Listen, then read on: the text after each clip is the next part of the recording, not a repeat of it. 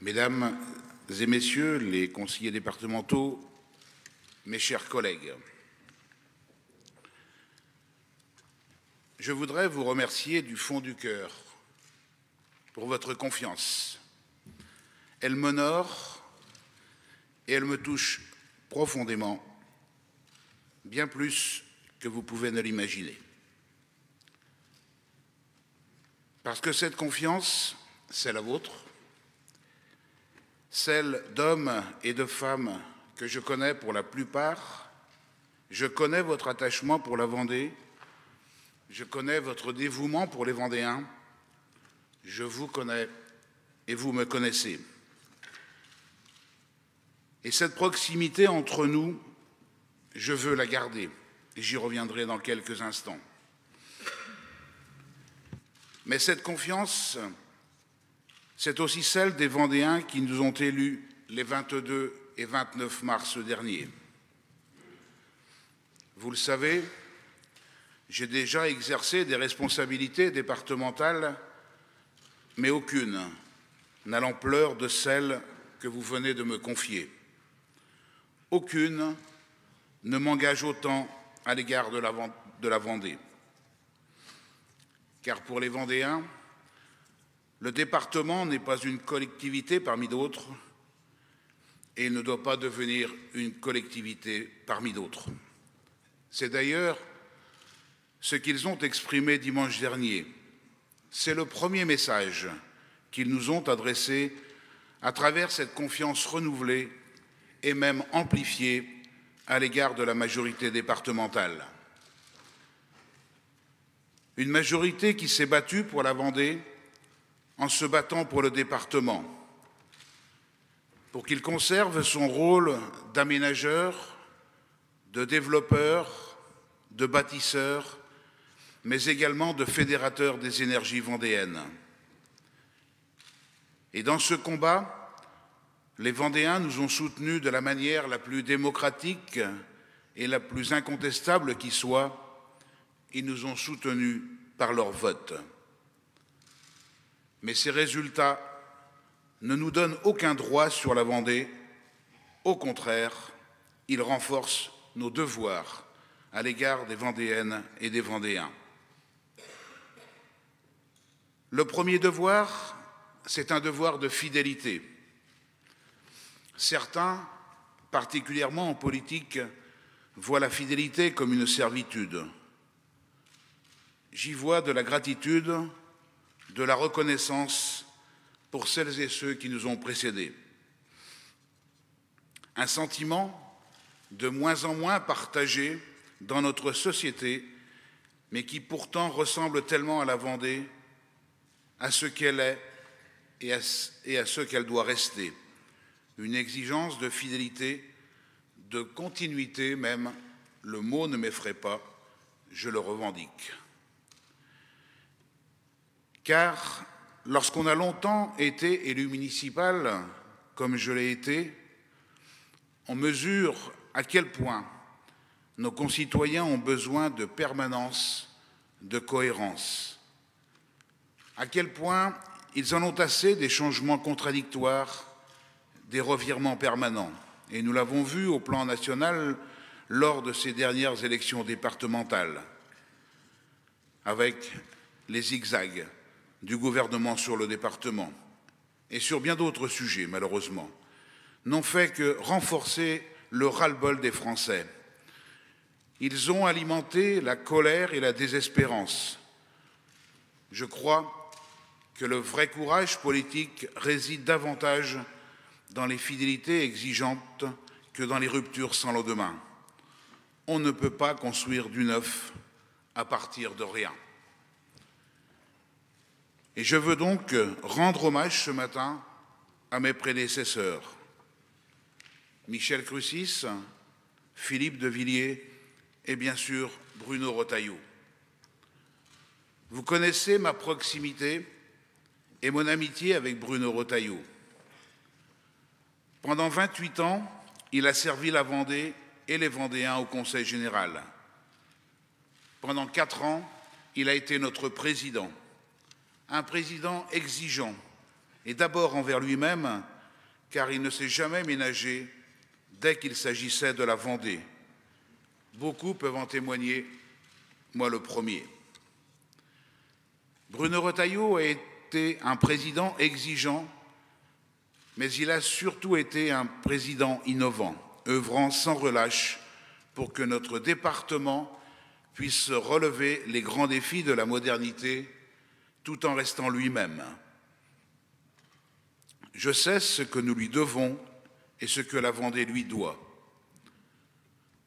Bruno a fait le choix de servir différemment notre département. Nous savons tous ici que ce choix a été difficile. Pour lui, bien sûr, et pour nous également. Mais comme il le dit souvent, la Vendée n'est pas une île et nous aurons besoin de jeter des nouveaux ponts entre le département et la région et peut-être d'abord un nouveau pont sur la Loire. Fidélité à Bruno Retailleau, donc, à l'action qu'il a menée, aux convictions qu'il a défendues et qu'il continue à défendre. Mais par-dessus tout, fidélité à la Vendée. Je suis un homme enraciné, je vis là où j'ai toujours vécu, à La Ferrière.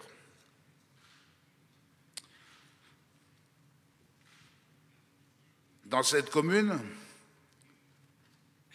où j'ai grandi, avec mes parents et mes frères et sœurs. Dans cette commune que j'ai servie également pendant 40 ans. D'abord comme simple secrétaire de mairie, puis comme élu municipal, maire et conseiller général.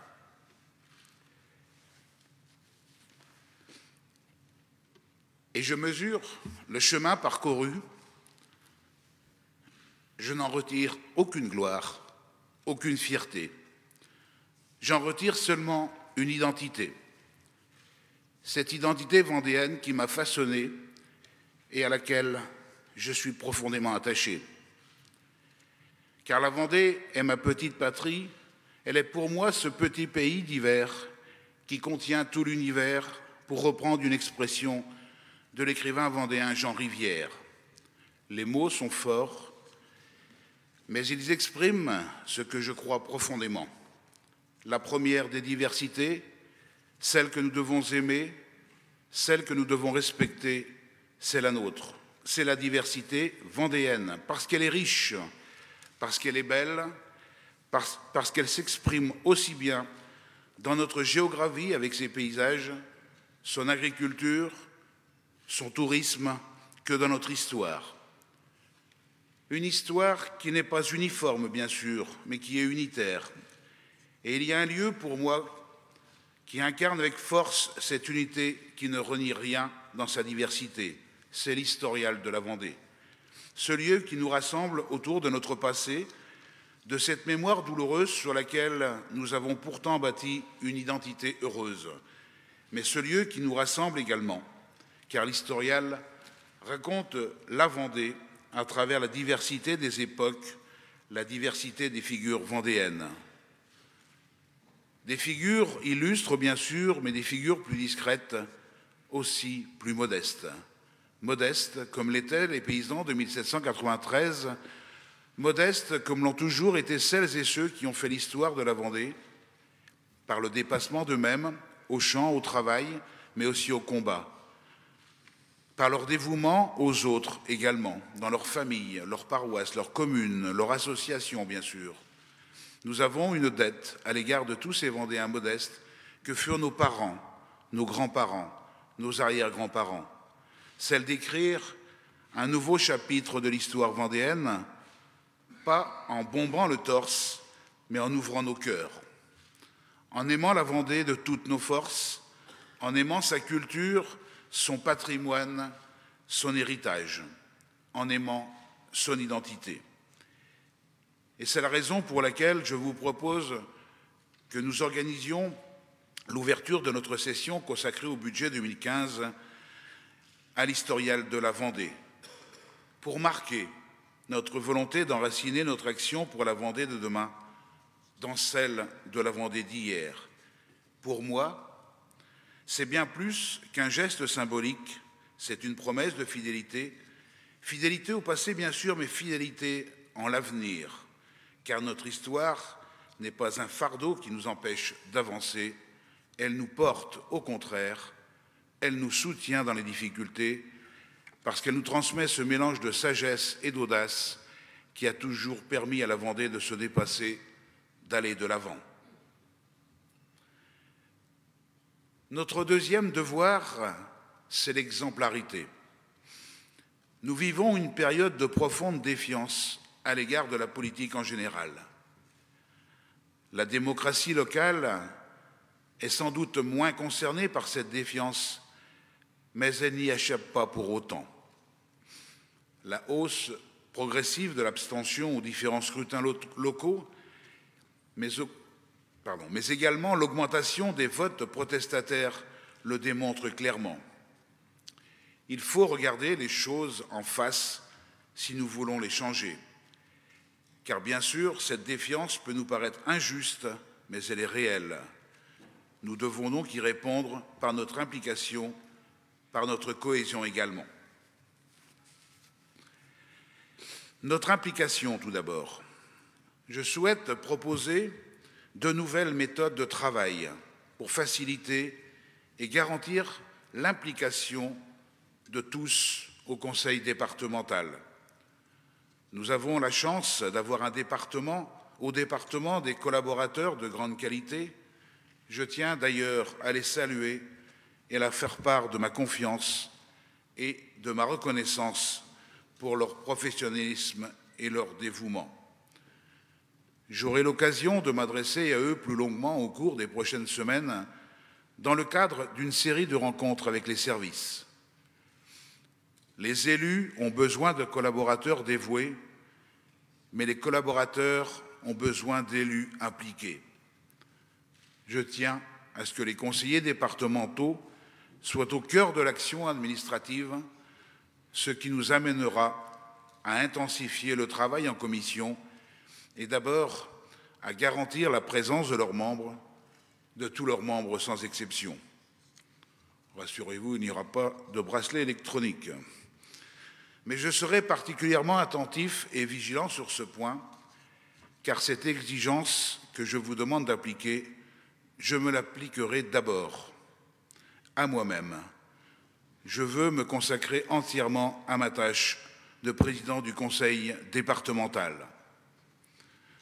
N'étant plus maire depuis mon élection, puisque cette fonction est incompatible avec la fonction de président du conseil départemental, je participerai à l'élection de mon successeur à la mairie de La Ferrière et je démissionnerai ensuite et je démissionnerai aussi naturellement de la présidence de l'Association des maires de Vendée. Tous ces maires qui m'ont beaucoup apporté et dont je suis le mieux placé pour connaître leur dévouement et leur rôle irremplaçable dans le département de la Vendée. J'ai un contrat de confiance avec eux et avec toute la Vendée. Et c'est un contrat à temps plein. Après l'implication, la cohésion, la nôtre, celle des élus départementaux. Nous sommes des conseillers départementaux, pas simplement des conseillers cantonaux. Notre horizon commun, c'est la Vendée.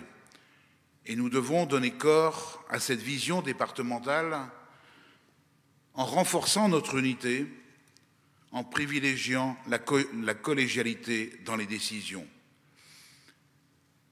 C'est la raison pour laquelle je souhaite renforcer le rôle des présidents de commission autour de la présidence du département.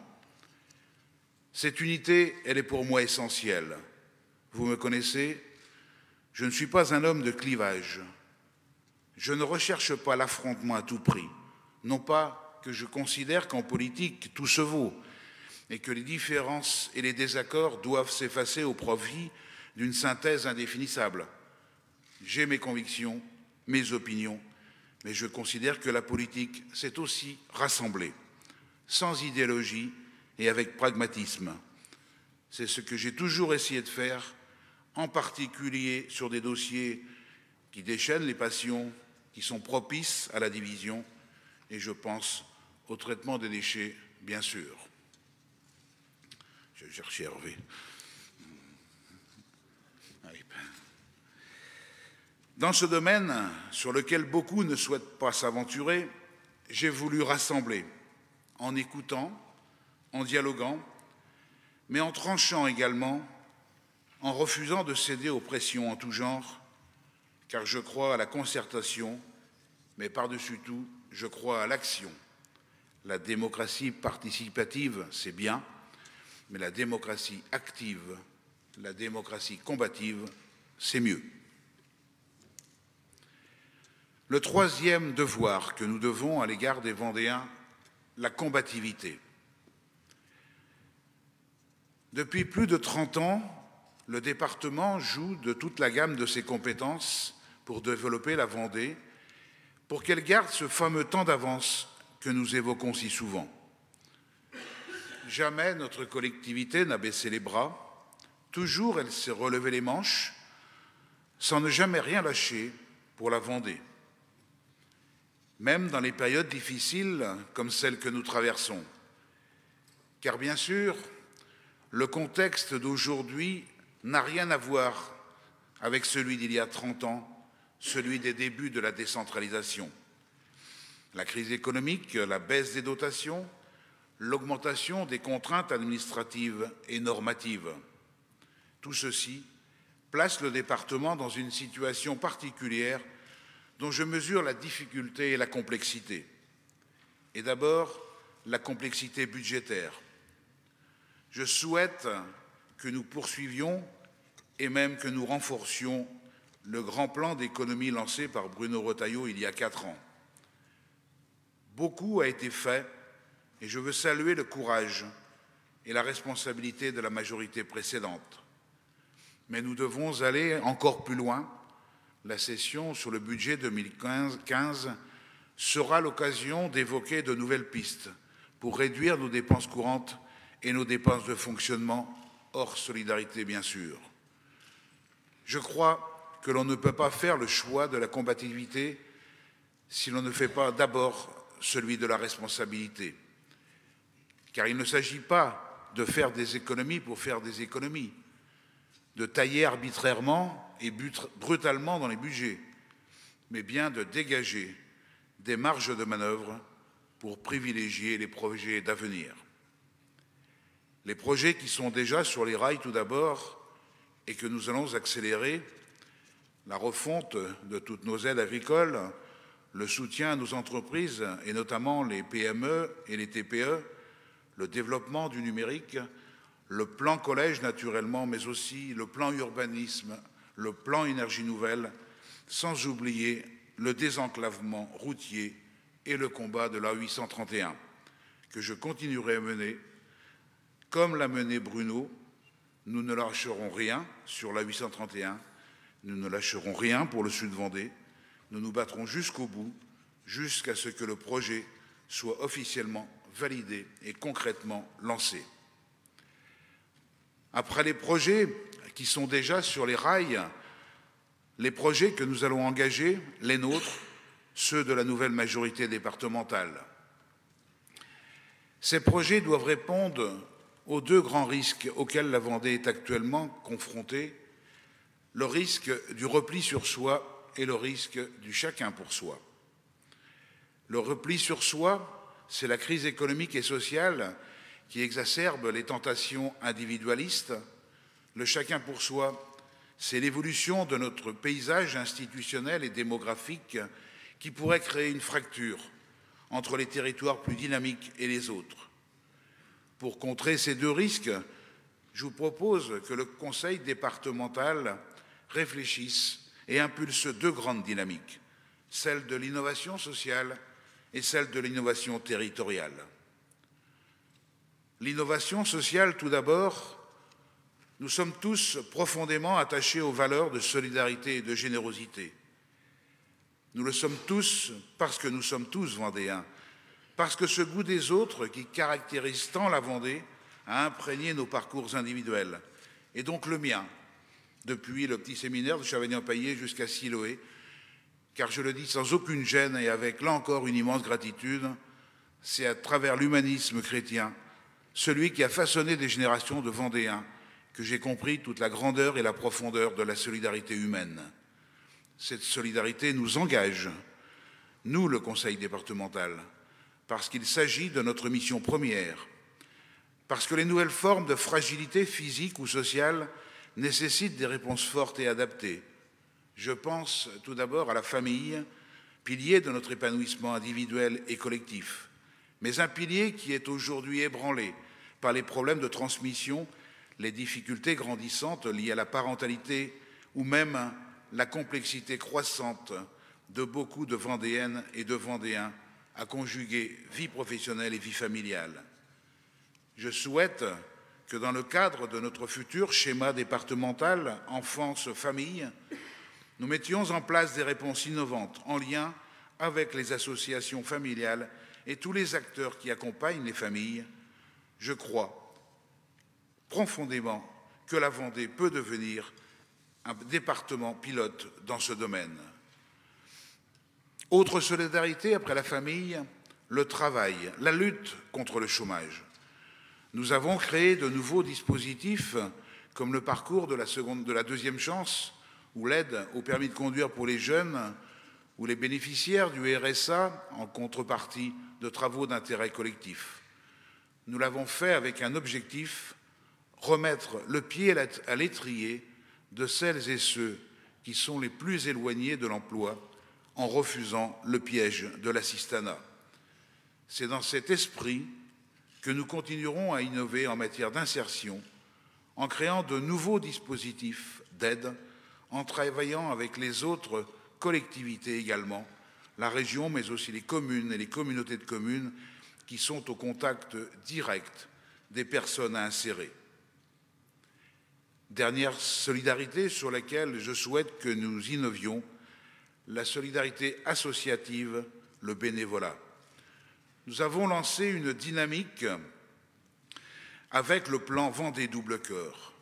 Cette dynamique, nous devons l'intensifier avec de nouveaux projets qui puissent associer davantage les Vendéens, qui puissent susciter un véritable élan de générosité. Car la démocratie locale ne se limite pas à sa dimension institutionnelle. Elle doit avoir une dimension humaine.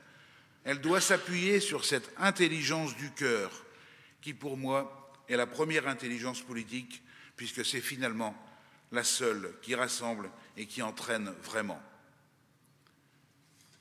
Après l'innovation sociale, l'innovation territoriale. Les bouleversements institutionnels dont nous sommes témoins ne doivent pas altérer notre modèle de développement, notre modèle vendéen. Les collectivités vendéennes, et notamment les communes, sont en effet confrontées à une baisse des dotations et à des normes de plus en plus contraignantes.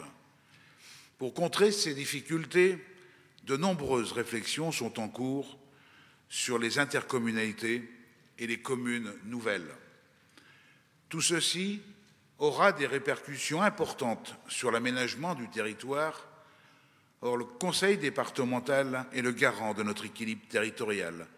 C'est pourquoi je crois que nous devrons renforcer la coordination départementale dans ces domaines pour que la Vendée tire le meilleur parti de ces évolutions. J'ai la conviction que le Conseil départemental doit être plus que jamais le chef d'orchestre de cette œuvre commune qui s'appelle la Vendée. Et cela tombe bien, car vous venez d'élire un chef de chœur à la tête de l'Assemblée départementale, mais ne vous inquiétez pas, je n'ai pas l'intention de vous mener à la baguette. Avant de conclure mon propos, je souhaiterais m'adresser à l'opposition. Les électeurs ont tranché très nettement en faveur de notre projet, mais toutes les sensibilités doivent être respectées, qu'elles soient majoritaires ou minoritaires, et j'y veillerai. Au-delà de la diversité de nos opinions, diversité qui doit pouvoir s'exprimer, nous avons une responsabilité partagée, veiller à ce que nos débats soient constructifs et apaisés, car la seule passion que nous devons mettre au cœur de nos échanges, c'est notre passion commune pour la Vendée, c'est elle que nous représentons, c'est elle que nous servons. Voilà, mes chers collègues, les pistes d'action que je vous propose pour ces 6 prochaines années. Je vous donne 2 rendez-vous. Le premier dans quelques semaines pour la session budgétaire qui débutera à l'Historial. Le second dans quelques mois pour la session de rentrée. D'ici septembre, nous allons vivre une période particulièrement dense. D'abord, parce que beaucoup découvrent le conseil départemental, parce que beaucoup de projets lancés par la majorité précédente vont se concrétiser, en particulier sur le numérique et les énergies nouvelles. Ensuite, parce que nous connaîtrons enfin les contours définitifs des compétences départementales avec l'adoption définitive de la loi NOTRe. Enfin, et je dirais même surtout, parce que nous allons définir non pas les contours, mais le contenu précis de notre projet pour lancer nos nouvelles actions sans tarder dès le mois de septembre. Car les Vendéens comptent sur nous, ces élections l'ont montré. Notre responsabilité est donc immense, comme le sont les défis auxquels nous devons faire face. Ces défis, nous ne les relèverons que si nous avons confiance dans l'avenir. Bien sûr, les temps sont difficiles, les vents de la crise n'épargnent pas la Vendée, tout comme cette vague de doute sur la capacité de notre pays à renouer avec son destin collectif. Mais si la météo est mauvaise, nous n'avons pas le droit de rester au port. Nous devons faire comme dans le Vendée Globe, sortir du chenal, hisser les voiles et avancer au large, en embarquant tous les Vendéens, en gardant à l'esprit ces mots célèbres d'Antoine de Saint-Exupéry: si tu veux construire un bateau, ne rassemble pas les hommes et les femmes pour leur donner des ordres, mais fais naître dans leur cœur le désir de la mer. Alors, hissons les voiles, hissons nos couleurs, et nous réussirons à affronter toutes les tempêtes pour faire gagner la Vendée. Je vous remercie de votre attention.